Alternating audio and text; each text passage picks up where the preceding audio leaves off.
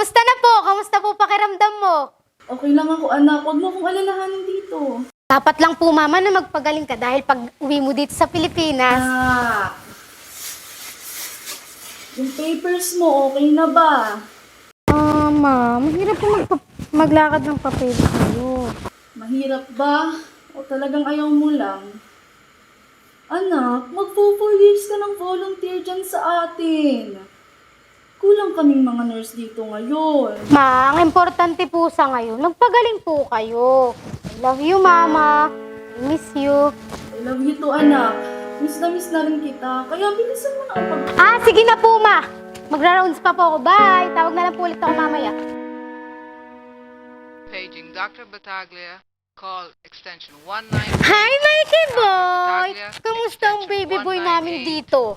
Si Nurse Carla naman, di na nga po ko baby. Big boy na po ako. Talaga lang, ha? Big boy o baby boy? Kailangan mong gumaling. At paano ka gagaling? Kailangan mong kumain. Lahat ng suliranin ay iyong pawiin. Pagkat iyong paggaling, malapit nang dumating. Basta nandito lang si Nurse Carla kung kakailanganin. Kaya huwag mong malungkot, Mikey boy. Makakalabas ka rin. Ang galing mo talaga, Nurse. Eto na nga po, kakain na. O, sige na.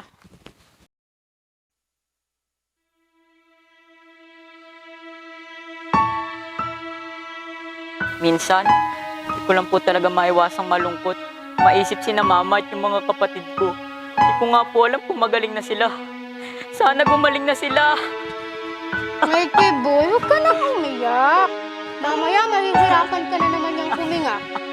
Alam ko na. Ito ang ballpen at papel. Subukan mong gumawa ng tula. Maaari mo ditong mailabas lahat ng nararamdaman mo. Kapag masaya ka, gumawa ka ng tula. Kapag malungkot ka naman, gumawa ka pa rin ng tula. Para na din malibang ka habang nagpapagaling ka rito. Alam mo ba, pag namimiss ko si mama, gumagawa lang din ako ng tula. Inaalala ko lahat ng masasayang alaala naming dalawa. Bakit po, Nurse? Nasaan po ba mama mo? May COVID din po.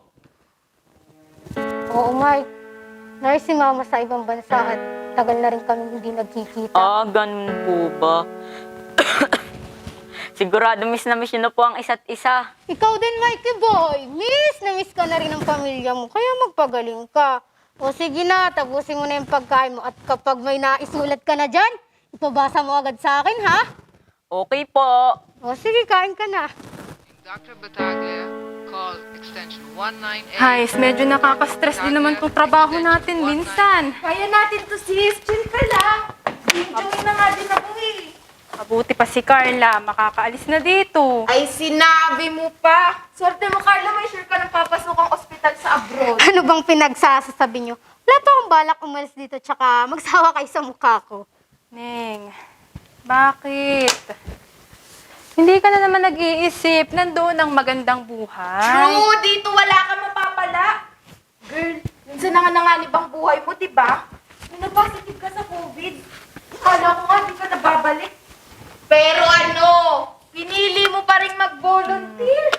Kung kailangan nila ng nurse doon, mas kailangan natin dito. Tsaka, hoy, kababayan ko kaya ang pinaglilingkuran dito. Ay, naku talaga. Kung hindi nga lang ako regular dito at may maayos na trabaho yung asawa ko, nako, hindi na ako magtsatsaga sa ospital na ito. Alam nyo naman, mudra nyo na ako. Lola ka na, sis. Baka hindi na ako tanggapin sa iba kung sakaling mag-apply pa. Pero ikaw, Carla, bata ka pa. Huwag mong sayangin ang buhay mo at marami ka pang makakamit. Hindi mo sigurado kung magre-regular ka. And shift na pala tayo. Wait. Sabay na din ako.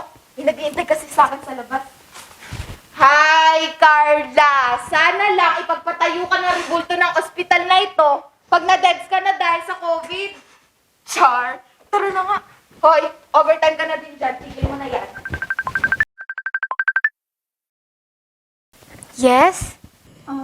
Hello? Was told to tell you, Miss Carla, but your mother, Elena Bartolome, just passed away. Time of death, 8:42 a.m.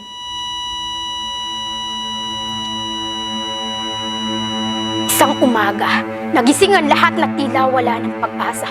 Nag-aabang sa magandang balita na ang pandemya ay mawala na. Para tayo nakikipaglaban sa gera na kulang ang armas sa sandata. Dahil sa gerang ito na mga dapat sanang kakamping ko, siya na rin ang kalaban.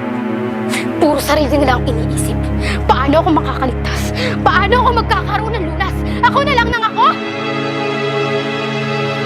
Ako, kami, kayo ang iniisip namin. Kayo ang inuunang resisako. Kakalimutan ang sarili para sa kayo. Kami na nasa harapan ng iba, pilit kayong protektahan. Kahit ang mga nasa buhay ang siyang tinapos. Mama! Tama pa ba? Kung nakinig pa ako sa'yo, aabot tayo sa ganito.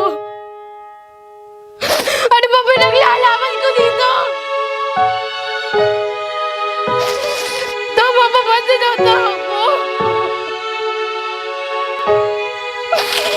Susuko! Bibitaw na parang isang pila.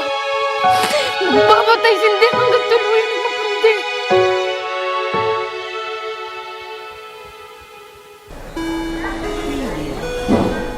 O ano, Mikey Boy? Ready ka na bang umuwi? Opo, excited na po ako. Totoo po pala yung mga sinabi mo. Makakatulong ang sining ng pagtula upang maibsan ang aking pangulila. Pakinggan mo po ang aking tula. Sa mga kagaya kong nakahiga sa karamdaman, nahihirapan, nag-iisa, nag-aalala para sa aming pamilya, umaasang mayayakap pa muli sila. Saan ba dapat kumuha ng lakas? Nagagamitin ko upang makahinga na maluwag, upang sa bawat umaga ay pumayo. Na masilayan kong muli ang ganda ng araw, ang ganda ng bukas. Sa mga kagaya kong bata, na gusto pang makapaglaro, makapag-aral na mahusay, may maayos na tulog sa gabi. Mahimbing, ngunit ngayon na hindi maiwasang matakot. Isa lamang ang tangi kong hiling. Gabayan po sana ninyo ang mga taong walang sawang nag-aabot. Ang mga taong tulong ay hindi ipagdadamot. Alam kong minsan, ay ako'y natatakot. Pero ako'y maniniwala sa pag-asa. Ako'y mananalig. Nurse Carla. Salamat, Nurse Carla, dahil hindi mo po ako sinukuan. Isa po kayo sa naging lakas ko. Salamat sa mga tula, Nurse ko. Nais kong maging kagaya mo. Salamat din, Mike. Pinaalala mo sa akin na hindi dapat ako panghinaan ng loob at hindi tumigil sa mga katulad mong maglingkod. Mike, may naghihintay sa'yo sa labas. Tara na. Sige po, bye-bye!